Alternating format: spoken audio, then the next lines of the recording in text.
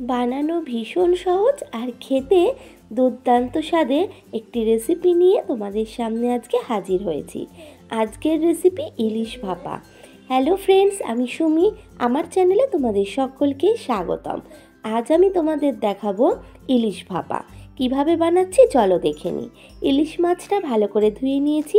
এবার সর্ষে আর পোস্ত নিয়ে নিয়েছি পরিমাণ মতো, দিয়ে দিচ্ছি কাঁচা লঙ্কা। অবশ্যই তোমরা সাদা সর্ষের পরিবর্তে কালো সর্ষে ব্যবহার করতে পারো। এবার আমি ব্লেন্ড করে নেব। নিয়েছি টক দই 5 থেকে 6 চামচ, এটাও আমি একসাথে মিশিয়ে ব্লেন্ড করে নিলাম। এবার আমি কড়াইয়ের মধ্যে দিয়ে দিলাম সমস্ত মশলাটা। এবার দিয়ে দিচ্ছি পরিমাণ মতো নুন, হলুদ আর সামান্য পরিমাণে চিনি, আর দিয়ে দিচ্ছি ধুয়ে রাখা মাছের টুকরো। এই সময় কিন্তু গ্যাসের ওভেন অফ আছে, আমি এখনও অন করিনি। সাধারণত টিফিন বাটিতে করা হয়, কিন্তু আজ আমি তোমাদের কড়াইয়ের মধ্যেই করে দেখাবো। এবার সমস্ত মশলা দেওয়া হয়ে গেছে, মাছও দেওয়া হয়ে গেছে। আমি একটু উল্টে পাল্টে মাছের গায়ে মশলাটা মাখিয়ে নিচ্ছি।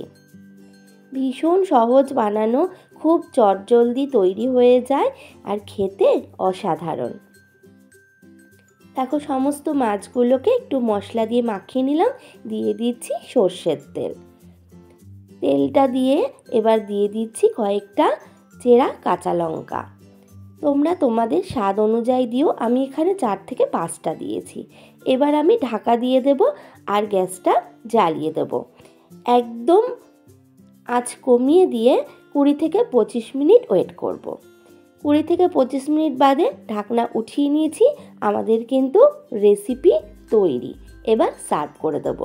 গরম গরম ভাত, তার সাথে ইলিশ ভাপা, জাস্ট অসাধারণ।